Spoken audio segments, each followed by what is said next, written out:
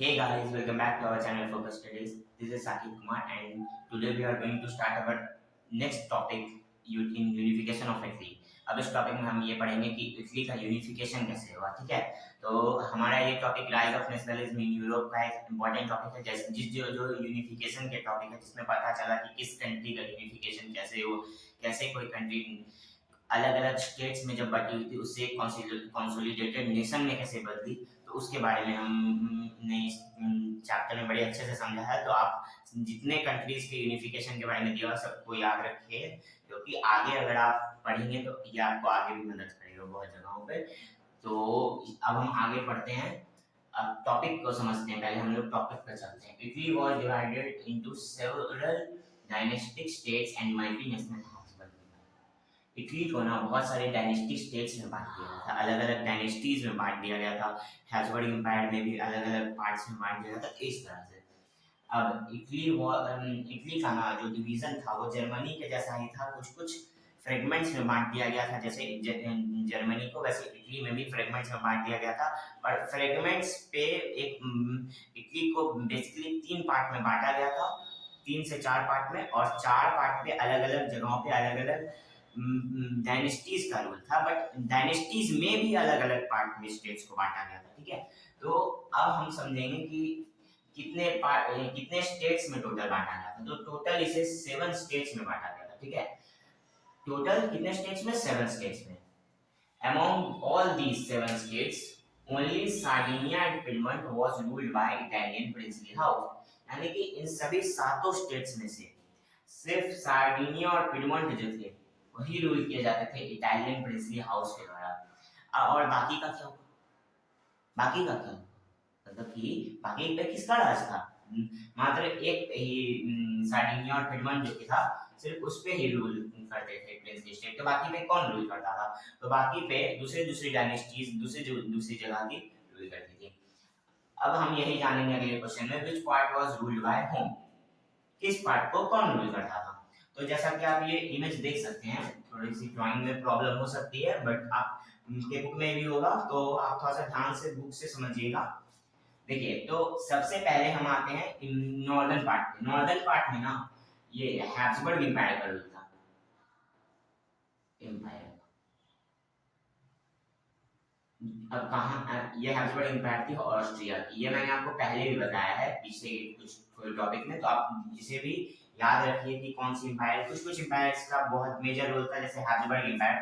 Habsburg empire ना एक बहुत प्रचलित एम्पायर था उस समय का, बहुत ज्यादा पॉपुलर था, तो इसके बारे में कम से कम याद रखिएगा, ठीक है। अब नॉर्थ में था हैब्सबर्ग एम्पायर का रूल, और फिर नॉर्थ से ये जो सेंट्रल था इटली का, उस पे पपल स्टेट्स का था। अब पपल स्टेट्स बोलिए आप, पपल मतलब, तो पपल मतलब जो पोप्स थे ना, जो सेंट लोग थे उसके, मतलब सेंट बोलिए नहीं तो प्रीस्ट बोलिए, प्रीस्ट बोलिए, हाँ। कोई ऑफेंड मत हो जाना, प्रीस्ट है वहाँ, मतलब अब मैं उसके लिए कोई सही वर्ड नहीं बता पा रहा हूँ। पोपल स्टेट्स जैसे पोप्स तो जज, पोप्स जो होते हैं वो प्रीस्ट होते हैं, ठीक है। तो पोप जो होते हैं, जैसे हमारे धर्म गुरु होते हैं ना, वैसे वहाँ उन क्रिश्चियन लोगों के पोप होते हैं, ठीक है। अभी भी पोप्स का प्रचलन अभी भी है। तो पोप ज्यादातर रोम के रीजन में थे। ये जो रीजन है ना सेंटर ऑफ इटली का, ये रोम का रीजन है।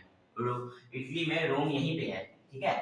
अब देखिए, ये अभी इसलिए आप रोम इटली अगर कोई जाइएगा तो आपको रोम में अभी भी देखने मिलेगा कि वहाँ पे पोप्स के बारे में कितनी चर्चा रहती है, क्योंकि पोप एक बहुत इंपॉर्टेंट रोल प्ले करते थे वहाँ पे, ठीक है। और पोपल स्टेट्स का राज जो था वो सेंटर में था। अच्छा, एक पोपल स्टेट के बारे में मैं एक चीज बता देता हूँ। वो ना उतना ज्यादा पावरफुल नहीं थे। उनको ऑस्ट्रियन आर्मी से मदद मिलती थी, ठीक है। अब आते हैं हम साउथ में। साउथ पे किसका राज था? तो साउथ पे किसका राज था? तो साउथ पे था स्पेन का राज, ठीक है। अब स्पेन का मतलब स्पेन आके राज करेगा? नहीं। स्पेन की जो बॉर्बन डायनेस्टी थी। अच्छा, बॉर्बन डायनेस्टी मैंने आपने पहले भी कहीं पढ़ा होगा, आप मुझे कमेंट में बताइए कि कहाँ पढ़ा है।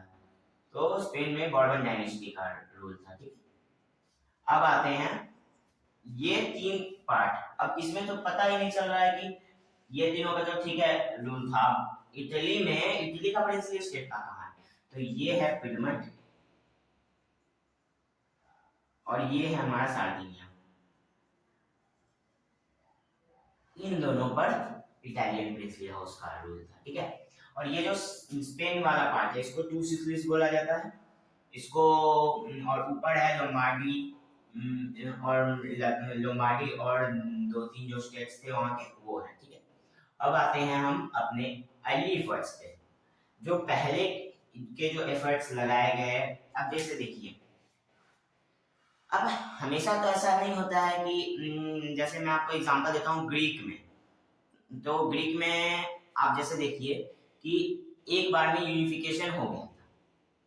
ग्रीक में एक बार में यूनिफिकेशन हो गया था जहां पर से आवाज उठी और एक तरफ से यूनिफाई होना चालू हुआ। लेकिन वहीं जर्मनी पे हम आते हैं। जर्मनी में पहली बार में आवाज उठी, लोगों ने ट्राई किया, अपना पार्लियामेंट बनाया, सब कुछ करने की कोशिश की, लेकिन क्या पहली बार में हुआ? नहीं हुआ। पार्लियामेंट को डिसॉल्व कर दिया गया, पहली बार में यूनिफिकेशन नहीं हुआ। दूसरी बार फिर उससे कोई इंस्पिरेशन लिया और उससे ज्यादा पावरफुल फोर्स लेके आया और फिर बाकी रूलर्स को जीतते हुए यूनिफाई किया जर्मनी को। अब वही चीज यहाँ पे देखिए, हिस्ट्री में ना आपको थोड़ा थोड़ा दूसरे कॉन्सेप्ट को भी मिलाकर चलना होगा, तब आपको अच्छे से समझ में आएगा, ठीक है। तो यहाँ पे क्या हुआ, पहले कुछ अर्ली एफर्ट्स लगाए गए थे, कुछ लोगों के द्वारा पहले भी एफर्ट्स लगाए गए थे कि इटली को यूनिफाई किया जाए, लेकिन नहीं हो पाया। गिउसेपी मजीनी का तो नाम आपने सुना ही होगा पहले के टॉपिक्स में, रिवॉल्यूशनरीज वाले टॉपिक में शायद आपने पढ़ा होगा या उससे पहले वाले टॉपिक में। हाँ, तो अब देखिए गिउसेपी मजीनी कौन थे। तो गिउसेपी मजीनी के बारे में आपने पढ़ा था, तो मैं आपको थोड़ा सा अभी बता देता हूँ। ये एक रिवॉल्यूशनरी थे, इन्होंने बहुत सारी सीक्रेट सोसाइटीज की स्थापना की थी, जैसे यंग यूरोप, यंग इटली, और उसी में से यंग इटली के बारे में हम अभी पढ़ेंगे भी। तो गिउसेपी मजीनी ने क्या किया कि उन्होंने बहुत सारे प्रोग्राम्स चलाए जिसके तहत वो चाह रहे थे कि किसी भी तरह हम इटली को यूनिफाई कर सकें। अब ये हुआ था 1830s के मतलब आसपास के टाइम पे। अब इन्होंने यंग इटली फॉर्म की। यंग इटली क्यों फॉर्म की? यंग इटली इन्होंने रिवॉल्यूशनरीज के ग्रुप बनाने के लिए की थी, सीक्रेट सोसाइटी थी ये इन्होंने बनाए थे रिवॉल्यूशनरीज का ग्रुप बनाने के लिए और फिर इटली को यूनिफाई करने के लिए। इन्होंने इनकी इस रिवॉल्यूशनरी ग्रुप्स ने दो बार ट्राई किया इटली को यूनिफाई करने का, 1831 में, 1848 में, लेकिन दोनों बार ये फेल हो गए, ठीक है। अब इस फेलियर से क्या हुआ, सार्डिनिया और पिएडमोंट के जो रूलर थे, किंग विक्टर इमैनुअल टू, कौन? किंग विक्टर इमैनुअल टू, उन्होंने सार्डिनिया और पिएडमोंट के जो मतलब वो राजा थे, उन्होंने ऐसा फील किया, उनको ऐसा लगा कि इटली जो है, उनको ऐसा लगा कि इटली जो है उसे यूनिफाई करना चाहिए। अब उनको ऐसा क्यों लगा? उनको ऐसा इसलिए लगा क्योंकि अगर सब एक साथ आ जाएंगे तो इकोनॉमिकली हम और पावरफुल हो जाएंगे, हमारा इकोनॉमिक ग्रोथ और हो सकता है और पॉलिटिकल स्टेबिलिटी बनेगी, पॉलिटिकल कंट्रोल हम ज्यादा अच्छा रख पाएंगे इटली के ऊपर। नहीं तो ऐसे टुकड़ों टुकड़ों में बटी हुई रहेगी, तो इतना पार्ट पे कोई और राज कर रहा है, इतना पार्ट पे कोई और राज कर रहा है, इतना पार्ट पे कोई और राज कर रहा है। इससे क्या हो रहा है कि इटली के जो मेन रूलर हैं वो उनका रूल बहुत कम जा रहा है, दूसरे जगह के लोग यहाँ पे ज्यादा आकर रूल कर रहे हैं। तो ये चाह रहे थे कि ज्यादा से ज्यादा अपना रूल कर ले और ज्यादा से ज्यादा फिर यहाँ पर हम लोग इकोनॉमिक डेवलपमेंट करने का ये लोग कोशिश कर रहे थे, ठीक है। अभी इनके एक चीफ थे, या बोले तो चांसलर थे वहाँ के, जैसे ये बिस्मार्क थे ना जर्मनी में, वैसे काउंट कैवॉर्ड थे। इनको काउंट कैवॉर्ड को बिस्मार्क ऑफ इटली कहा जाता था, ठीक है। तो काउंट कैवॉर्ड को बिस्मार्क ऑफ इटली कहा जाता था। यूसीपी गैरिबाल्डी के बारे में भी हम पढ़ेंगे, बट पहले काउंट कैवॉर्ड के बारे में पढ़ लेते हैं, साथ साथ में मैं आपको यूसीपी गैरिबाल्डी के बारे में भी बता दूंगा। तो काउंट कैवॉर्ड कौन थे? तो काउंट कैवॉर्ड एक तरह से कह दे तो मान लीजिए जैसे जर्मनी के बिस्मार्क थे, वैसे काउंट कैवॉर्ड इटली के थे। तो कभी कभी ऐसा भी क्वेश्चन पूछ लिया जाता है, who was the Bismarck of Italy? The Bismarck of Italy was count Cavour, ठीक है। तो अब इनको बिस्मार्क ऑफ इटली क्यों कहा जाता था? इनका रोल क्या था इटली के यूनिफिकेशन में? इनका नाम आया तो कुछ कारण होगा ना। तो कारण ये था कि इन्होंने बहुत इंपॉर्टेंट रोल प्ले किया था इटली के यूनिफिकेशन में, जैसे बिस्मार्क ने किया था। इन्होंने क्या किया था, इनको फ्रेंच बोली बहुत अच्छी आती थी। फ्रेंच बोली जो थी इनकी फ्रेंच बोली बहुत अच्छी थी। ये फ्रेंच भाषा बहुत अच्छे से बोल लेते थे, जो कि एलाइट्स की बोली थी, बड़े बड़े किंग्स की बोली थी, बड़े बड़े एरिस्टोक्रेट्स की बोली थी। मैं आपको पहले के कुछ टॉपिक्स में बता दिया हूँ कि कौन से ग्रुप्स, ज़्यादातर कौन कौन से ग्रुप यूरोप में कौन कौन सी भाषा बोलते थे। आपको हमारे पिछले वीडियोस में मिल जाएगी, और मैं कोशिश करूंगा कि लिंक डिस्क्रिप्शन में भी दे दूँ उन वीडियोस की, ठीक है। तो काउंट कैवॉर को फ्रेंच बोली बहुत अच्छी आती थी, जो कि एलाइट्स की बोली थी। उन्होंने क्या किया, अपनी इसी अच्छी बात करने की स्किल से फ्रांस से संधि की, अलायंस बनाया फ्रांस के साथ। संधि की मतलब बोले तो अलायंस बनाया यहाँ पे। संधि का मतलब कोई ट्रीटी नहीं की, फ्रांस से अलायंस बनाया। अलायंस बना के इन्होंने क्या किया, बोला कि चलिए हम हैब्सबर्ग एम्पायर को हटा देते हैं, क्योंकि देखिए कितना भी है तो फ्रांस को हैब्सबर्ग एम्पायर को हटाना ही था। फ्रांस का भी मन था कि हैब्सबर्ग एम्पायर को हटा दें, क्योंकि फ्रांस भी चाह रहा था कि हम भी बड़ा बने, और यहाँ हैब्सबर्ग एम्पायर भी चाह रहा था कि हम भी बड़ा बने। अब तो काउंट कैवॉर ने किसी भी तरह से, मतलब बहुत कोशिश के बाद, बहुत ज़्यादा कोशिश की, उसके बाद उन्होंने फ्रांस की हेल्प मिली। उसके बाद उन्होंने क्या किया कि फ्रांस के हेल्प से हैब्सबर्ग एम्पायर पर अटैक किया, और काउंट कैवॉर ने अपनी आर्मी लेकर फ्रांस की मदद से हैब्सबर्ग एम्पायर पर, फिर हैब्सबर्ग एम्पायर का जो रीजन, हैब्सबर्ग एम्पायर के द्वारा जो रीजन कैप्चर किया गया था इटली का, वो जीत लिया, ठीक है। अब इसी के साथ साथ जो पपल स्टेट्स में जो उसकी आर्मी थी वो भी भाग गई, तो वहां पे भी कंट्रोल आ गया। अब बचा स्पेन के द्वारा जो बर्बन एम्पायर था उसको जीतना। तो इसका कैसे हुआ वो मैंने बता दिया, इसका कैसे हुआ वो मैंने बता दिया। अब बचा साउथ वाला। चलिए, तो साउथ रीजन जो था स्पेन वाला, वहां पे जीतने के लिए गैरिबाल्डी जीतना है। अब गैरिबाल्डी ने क्या किया, गैरिबाल्डी ने अपनी आर्मी तैयार की थी। अब गैरिबाल्डी पहले थे कौन, तो गैरिबाल्डी एक मछुआरे के परिवार से थे, ठीक है। वो इटली के लिए कुछ करना चाहते थे, वो इटली को एज यूनिफाइड नेशन देखना चाहते थे। तो इन्होंने क्या किया, अपनी एक आर्मी तैयार की, उसी के अंदर उसी मतलब वो भी काउंट कैवॉर के अंदर काम कर इटली में ही थे, तो उन्होंने अपनी आर्मी तैयार की। उसके बाद उन्होंने क्या किया कि अपनी आर्मी के साथ स्पेन पर हमला किया, और स्पेन भी जीत गया। लेकिन स्पेन पे उन्होंने ऐसे हमला नहीं किया।